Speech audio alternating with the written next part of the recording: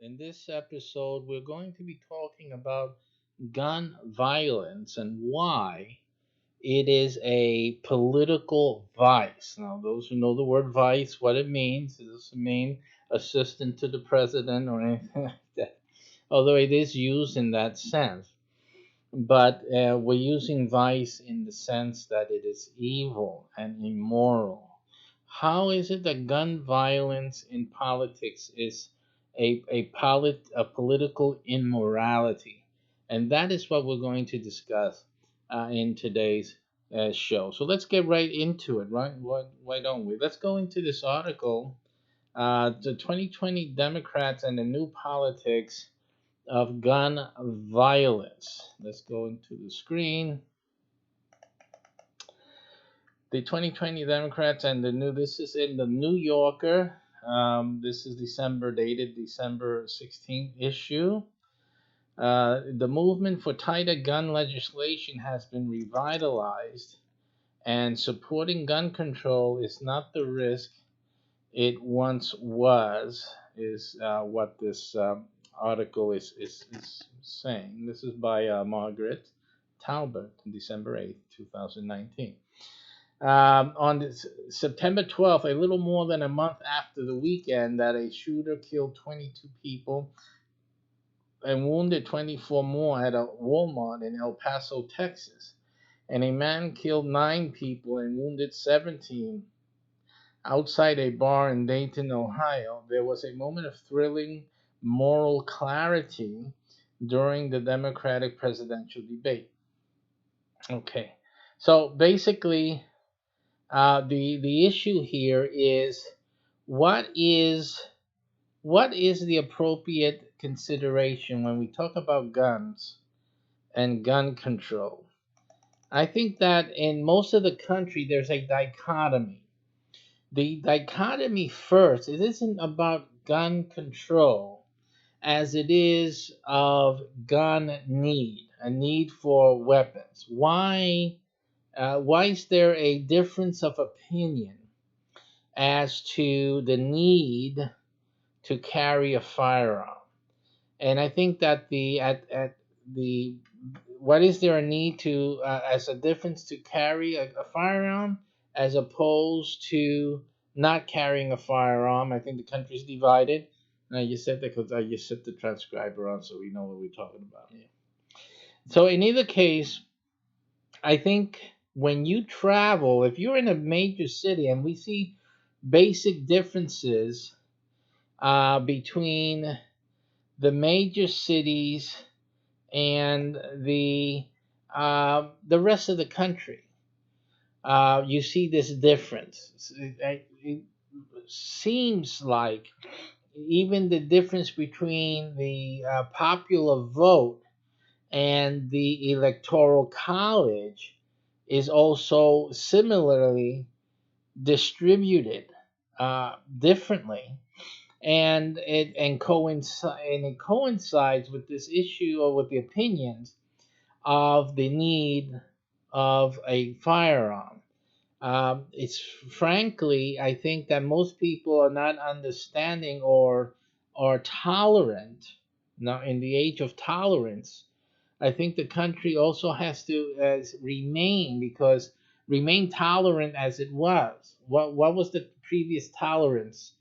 The previous tolerance, if there ever was one, was created to compensate rural America with vote power, with equity in the federal election process, with or in juxtaposition with the overwhelming population-based areas, which were obviously in the coastal areas and the large cities, overwhelming through their numbers the results of any particular federal election.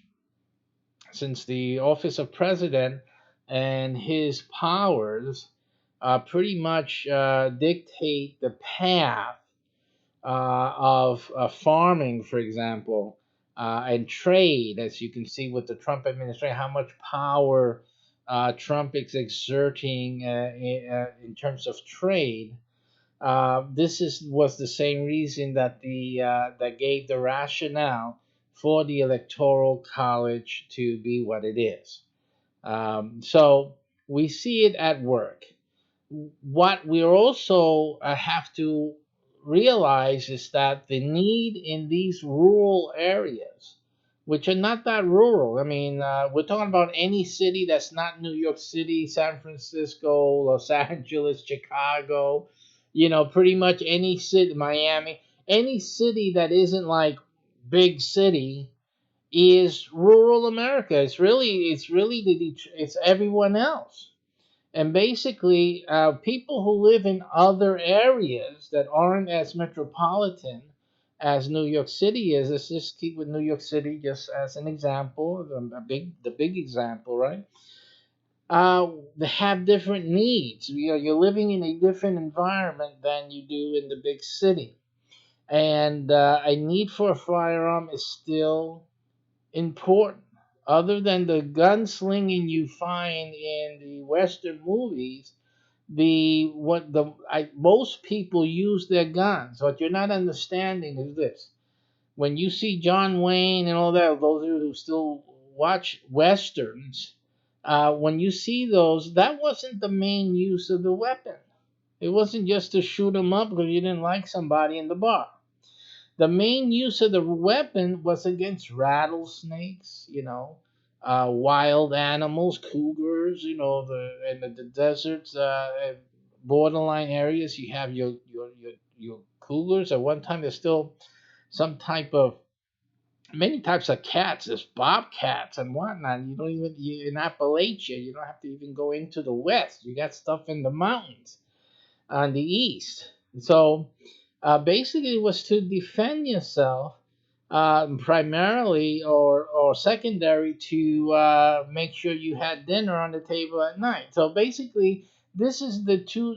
In the city, you just went to the grocery store. This is the type of thing people are not realizing that the rest of the country has a different way of life that force them to have a lifestyle where having a firearm was essential for existing and survival. So this is really the difference that we have here, and which goes to the insincerity and the dishonesty with this whole political gun violence movement. It really is insincere. It is misguided because they're using everyone and anyone that just is under the belief that no one should have a firearm to just run amok and try to foster as much political progress, advancement that they can dishonestly, and then to malign or to imply that those who favor guns or ownership of guns and whatnot, and unregulated at that, are somehow evil. They must like people getting shot up and this and that. I mean, that was ridiculous. Gun control was never a consideration. I'm using that very lightly. I'm just throwing it out there. In the Wild West, it was needed for life. That wasn't even a thought. The issue was these people using it wrongly, using their guns against other human beings, outside of self defense, was wrong to do. It always was a criminal factor, and the reality is that there will always be a criminal factor. You don't need a gun to kill people. A few days ago, you can see that in London Bridge. You can do some damage with a knife. So it's again, it's silly. Now, uh, they make a refer to something that one of the candidates is, I think, is Beto O'Rourke, speaking about the kind of semi-automatic weapons used in the massacres, made it clear that he stood by his proposal not only to ban such weapons, but to institute a mandatory buyback of them as well. As he put it memorably, Hell yes, we're going to take your AR-15. Now he's out of the race, and the mandatory buyback idea seems to have exited the stage with him. Former Vice President Joe Biden and Mayor Pete Buttigieg have endorsed voluntary buybacks. All the Democrats currently running support an assault weapons ban and universal background checks. Yeah, then we have this issue of the assault rifles. Why do you need an assault rifle? Um, you know, um, the question comes that not is it that if they need the assault rifle or not, and I'm gonna present the case that they do need it. I'm gonna make that case, but it shouldn't even be that. The issue plainly is do Americans have a right to carry weapons? Period. I think that's the bottom line. The insensibility to some or to a mainstay of the population should have nothing to do with the individual rights of a human being to to use their funds to purchase anything that's in the marketplace. Why should an American be deprived of making a purchase of something that's in the marketplace? And also, why should an American be deprived of buying anything that's available anywhere on the planet? There are things that are illegal, like drugs, other things like that, and we can talk about that. But if something is legal to have, why can't we have it? Simple. Now, another thing is, why is one, two, three, 10 people or 100 people a year taking it upon themselves to hurt others? That's another thing altogether. People get robbed in their houses all the time. It's called burglary. And they leave home, they go for dinner, and their house gets burglarized. You know? So that's a bad thing, isn't it? What I'm trying to say, the bad thing happens. These things happen. You don't need a gun to kill people. There's other ways to kill people. So what's going to happen when you take away the guns? They'll find another way to kill hundreds and thousands of people. You can do that without a gun. It is possible. It is not impossible. And matter of fact, it is even a safer in terms of getting away with it to kill hundreds and thousands of people. Well, no one will even ever know who did it. There's no way for people to find out who did this thing. It's heinous. It's terrible, horrible, right? When the person wants to kill, they will find a way to kill. And so what is the solution to the problem, really? Because taking away all of America's guns is not the solution. That's obviously not the solution. No one can argue that once we take away everyone's gun, no one will be killed by anyone else. And you can't argue that we have to take away these assault rifles because they kill hundreds of people.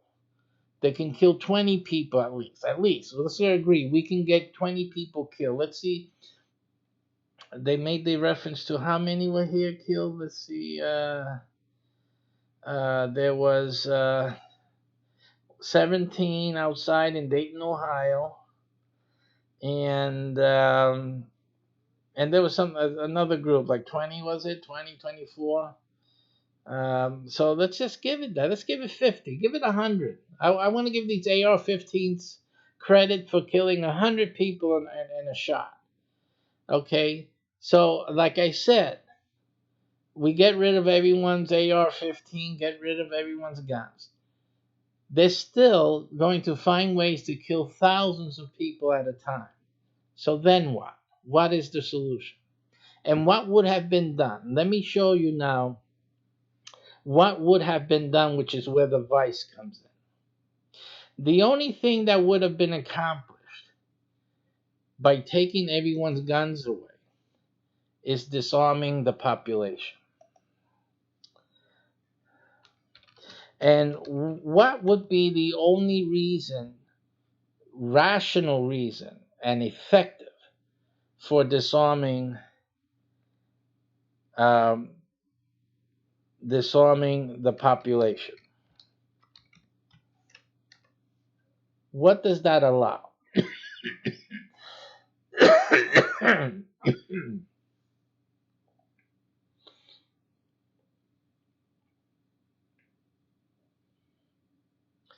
What does that allow? It allows for people to be targeted for any whim at any time of any government, not just the U.S. government. We're not talking about animosity or having weapons to use against a tyrant government, being that of the United States. That's just one. But it is possible for the country to be overrun. It is possible, even as the forefathers feared, that another foreign power, now you Democrats can appreciate what I'm going to say now, that another foreign I'm sorry, that another power would capitalize on any situation here in the U.S. and virtually take over, even virtually, as some fear that is the case with Trump, his administration, and Russia, or what would it be, or Ukraine? That they're fearing that another government will have influence. Isn't that what Pelosi is fearing? So, even given that scenario, if we're being overrun or ruled externally, whose benefit is it that the American population is disarmed?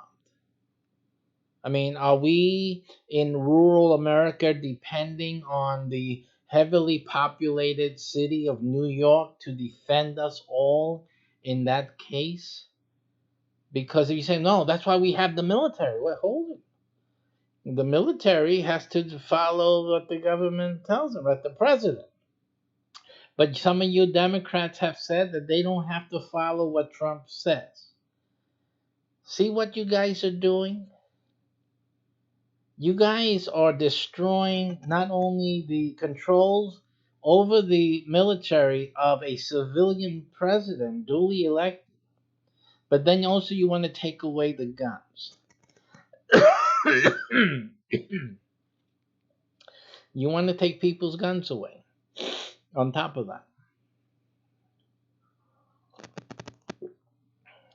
So what are you doing?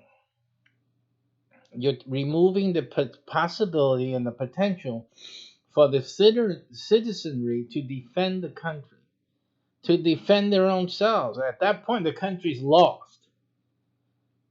But that doesn't mean that the people have to subject themselves to whatever comes in its stead.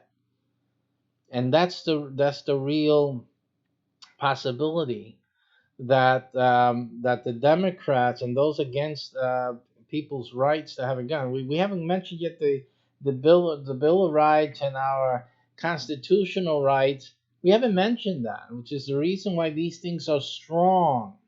Very hard to get rid of the people's right to own a weapon and to protect themselves and their family. Very, very tough. Because of that, if it wasn't for that, it'd be a hard case. But luck, it just by the grace of God, the forefathers had a brain. They just figured this stuff out. We're gonna lock this bad boy in here.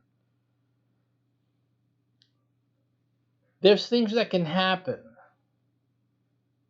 beyond our control. Right now, we have a few asteroids that are at near miss distances from the world, from the planet. They're referred to as city killers. Why?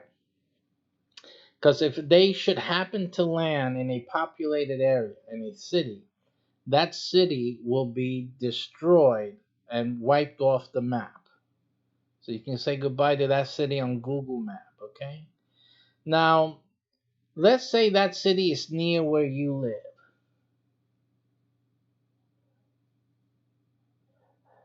Most of your food and survival needs are provided for by that nearby city. If that city should ever go off the map because it got hit by an asteroid,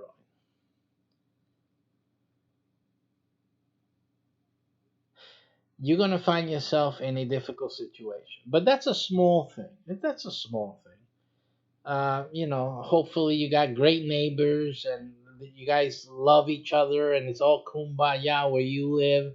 And if when you run out of food, somebody else may not run out of it and will say, don't worry, everything's going to be bright and cheery tomorrow. I'm going to share with you the last remaining morsels, and share, even though I got small children and all that, but we'll share with you and this and that. And everybody's all Christian like that, believers in God and then really trusting and walking by faith and all of that. And that's the community you live in. Then you're good. But for the rest of us, surviving is going to be a difficult thing. And it's true, like a friend of mine said, a longtime friend, he said, well, man will always survive. But the issue is not if man will survive or not. The issue is, will you survive? And will you be able to watch your children slowly die of hunger and sickness and whatnot because you don't have getting attacked by animals, you can't defend them. Why? Because you don't have a weapon. You don't have a weapon. Somebody else comes to your house because they've run out of food, they're desperate, their children are dying, they come and break in and they're going to kill you and your children. They want the food and they start shooting your wife, they start shooting the kids. Some of you say, oh yeah, they can go take her, but don't touch my kids. Right? But what are you going to do? Oh, I don't know. I got to trust in God. Let's pray. All right. So let's get back to reality, folks, won't we? The bottom line is this, that you have to be able to defend your own home, defend your family.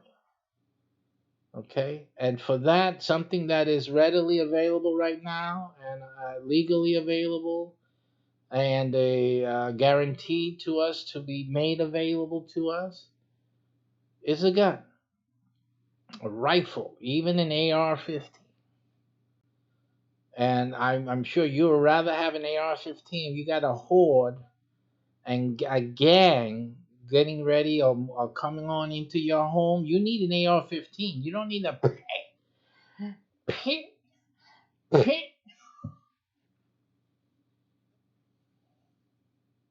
And it's fine that you don't think that you need a gun. You don't think that you are going to need one. But if you have all of those guys coming in, come on now, you play Call of Duty? Come on, don't be a hypocrite. If you play Call of Duty, you cannot be possibly against gun ownership. Because it only takes an asteroid to hit the planet. We don't need war. It has nothing to do with war. I mean, that could happen too. And China and Russia, and you got Iran over there, North Korea. All these bad boys can be coming in to take over your town.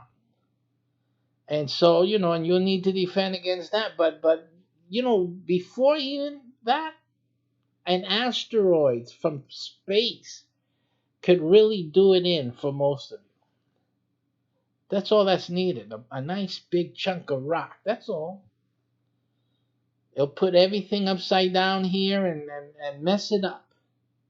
And then what? You won't have a gun. You won't have an AR-15. But you have all these hordes of gang members and criminals and people trying to survive. The guy who was your next door neighbor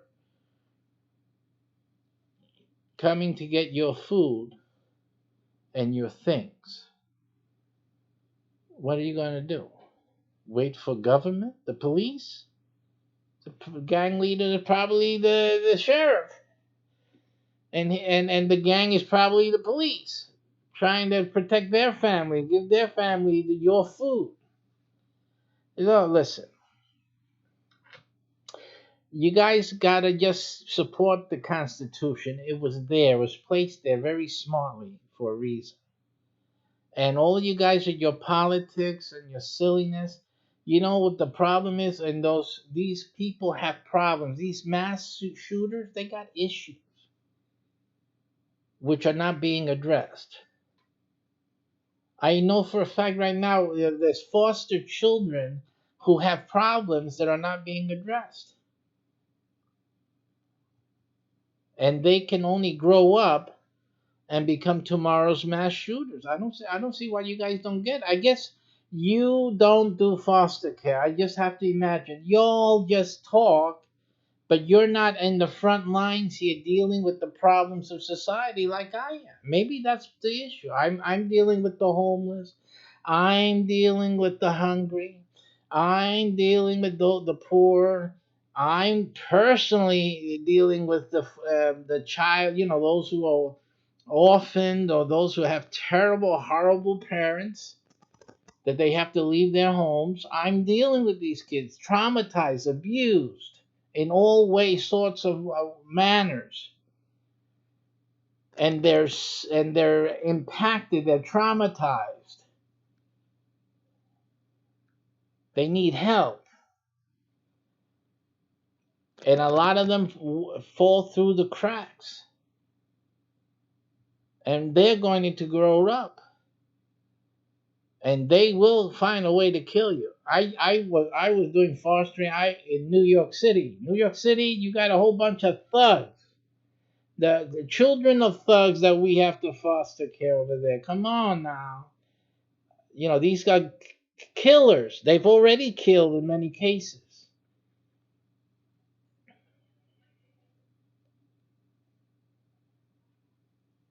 These guys are growing up because they're taking care of them. They're pampering them.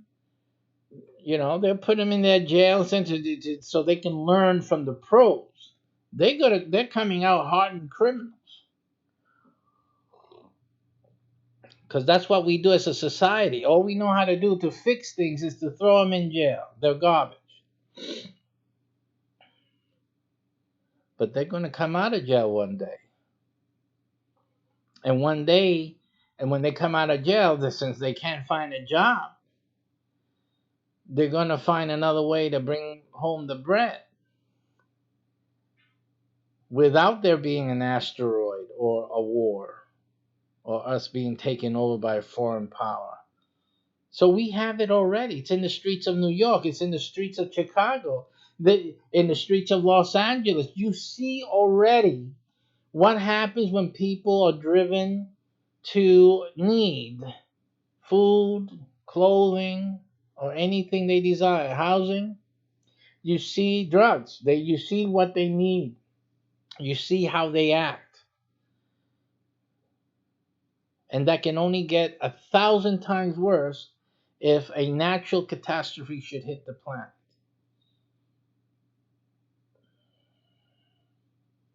And you want to take away what will then be our only defense, you have to be out of your mind. Out of your mind. Because you believe New York is always going to be there. You believe your mayor and your police force are always going to be there to protect and to serve. That's what you believe. And then you don't believe in God.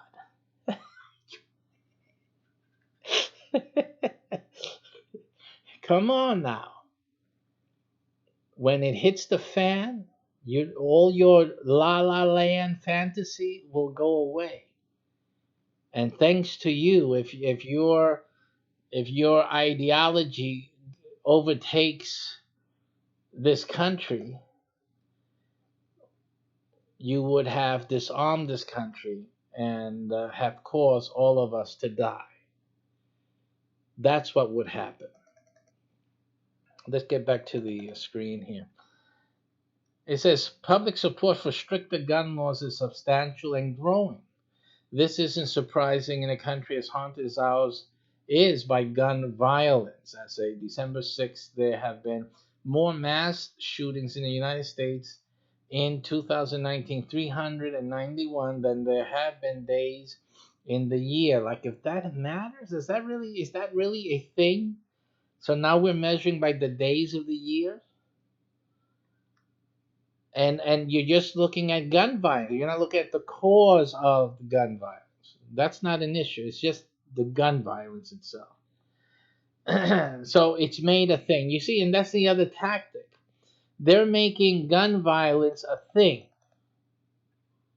This is a thing. This is a problem. The gun violence, not the reason for the gun violence. You see, so we're not even dealing with how to fix this issue. With how to fix the causation, cause and effect. Remember that? We're not even dealing with cause. We're just dealing with the effect. So what do we want? A bandage? We're actually asking to look for a bandage to cover it up. Let's take away the gun. At least we're doing something. So the politicians want, and they're quick to adopt anything that people start even out of ignorance that they start wanting. You will rest assured that some Democrat politician will pick that up as a platform for themselves. Oh, the people want cheesecake in school. People want cheesecake in school for their kids. And in most cases, it is the only cheesecake they will have in 365 days of the calendar year. That's outrageous. How can we have children in school without cheesecake? It's an outrage. This is how they do things. It's just simply they're taking silly and running on silly. That is the Democrat platform. It says here, at the beginning of this school year, Tuffy Packs, a company that makes bullet-resistant backpacks for school children, reported that its sales were up 300%. I wouldn't doubt that. There's no hope because no one's talking about a solution to the problem. They're just talking about band-aid. So you see the mentality, the bandages. If you can sell some bandages, you're going to be filthy rich. Because people think about bandages, they don't think about curing the problem. Curing the problem seems to be overwhelming for the psychotherapists, for the foster care agencies, for the therapeutic communities. There's no money in public service psychotherapy. There isn't. These guys, you got social workers that are not even earning enough income to support their own families, to stay out of poverty themselves, and they're going around visiting other families, that are just slightly below where they're at, and trying to do something with these kids, trying to save them from what? From a few dollars less than the social workers making for themselves. I don't want to talk, but I even know some social workers that their children are in the foster care system. Come on, you're talking to me. I know what I'm saying. I know what I'm saying. I know some social workers got that right up. You got it right. Yeah, I know I'm right. I know it for a fact. I've been in foster care for years now. I know what's going on. So, before you guys start looking for solutions, I can tell you where to look. Taking away the guns is not the way to look at it. That's not the way to find a solution. It says here, and after decades of increasing longevity, I'll show you the screen here so you guys can look and see. I got the microphone in the way. I should put the mic up here. It's not in the way. All right, so and after decades of increasing longevity, Americans are dying at younger ages, a phenomenon in which the rising number of suicides made possible, and they say in many cases because Not in all cases. Like I said, you don't need a gun to kill yourself, and you don't need a gun to kill a lot of people. Matter of fact, like I said before, and those of you with a brain know that you can kill a whole lot more people without a gun than with one. And that includes an AR-15. See?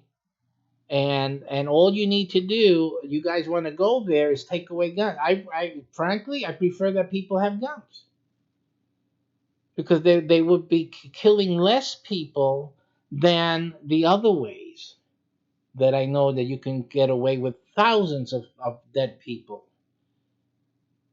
See that? But when you take away the gun, that's how stupid people get. You take away guns, and those crazy nutcases, they will figure out a way to kill thousands and get away with it because it's easy. It's actually easier. So again, they're going. This is where the vice is political vice, because anyone with a brain would realize this. These politicians know this. They know it. They're just trying to get your vote. They're just trying to get your vote. Like the 40 acres and a mule. They're never going to give you 40 acres and a mule. They're just trying to get your vote. Simple as that. Now, it says here, it criticizes the National Rifle Association because they're able to defeat virtually any gun regulation. It's not because they're able to defeat it. It's because of the guarantees in our Constitution, the Bill of Rights. We have a right to own our guns because we have a right to defend our lives, our family life. This is a basic human right. This is not given to us by government. At least we got the guarantees on paper. That's a great thing. But these are certain unalienable rights. This is what John Hamilton refers to. Unalienable rights. Any weapon that we can create, we have an inalienable right to have it. As long as it's portable and it helps us to have food, to defend our family, then we should get it. Simple as that. When they make laser guns standardized, then we'll get a laser gun. That's it. Star Wars time. Simple. We have a right to have it because we need to survive. If everything else falls down, we need to survive. And what a shame that a country pulls together a popular vote to deny our own inalienable rights that belong to every man, woman, and child. You need to be able to defend yourself. These people are getting shot at and they can't defend themselves. Don't you see? All you're doing is disarming people who follow the law. The criminals will always have their weapons against those who don't. This is a simple fact. Because again, the real problem is not being addressed. Now we go into the voters. In a survey of likely 2020 voters conducted earlier in the summer by polling group, I have a time check. I'm going to end right here. During the past 5 years, and of those, 78% said that they had shifted towards stronger laws curbing guns. Which doesn't mean anything. Basically, even I approve of stronger laws. But those stronger laws do not prevent me from owning a gun. The stronger laws prevent someone with mental health issues from ever owning a gun. You guys are going to have to get the help of your neighbor who has his head straight.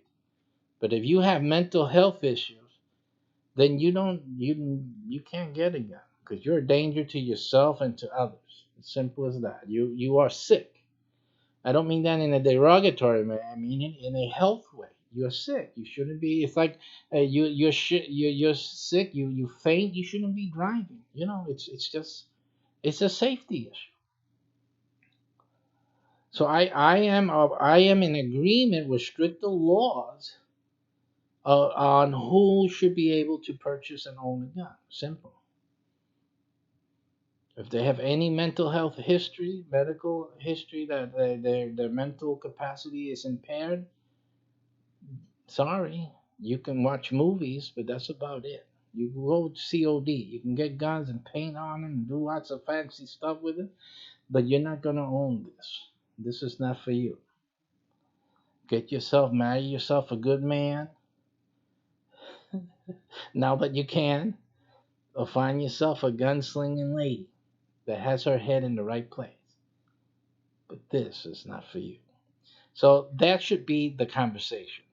Taking away everyone's right to protect their family and defend and themselves and hunt for food and all that, because you get this issue, oh, that's not for hunting. Yeah, you can use it for hunting, but you need something to defend yourself too, either or, whatever works. And again, when everything hits the fan, you would want to have an AR-15. I've been alive for what 54 years now, 55 to be exact, right? Never had a problem with any AR-15s or anything like that. And I've been in New York. I've been to Chicago. So it's like I said, denying people a right to defend and protect themselves is not the way to go. And I'm all for stricter gun laws to inhibit or prohibit mental health histories of obtaining unsafe tools. That's okay. But other than that, I think that and anything else and anyone who utters anything else is really being dishonest and using gun violence as a vice to gain their political positioning and to really put the country at risk.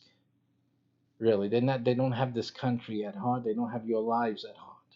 They don't. They just want to serve in the Senate or in the House of Representatives. That's all they want.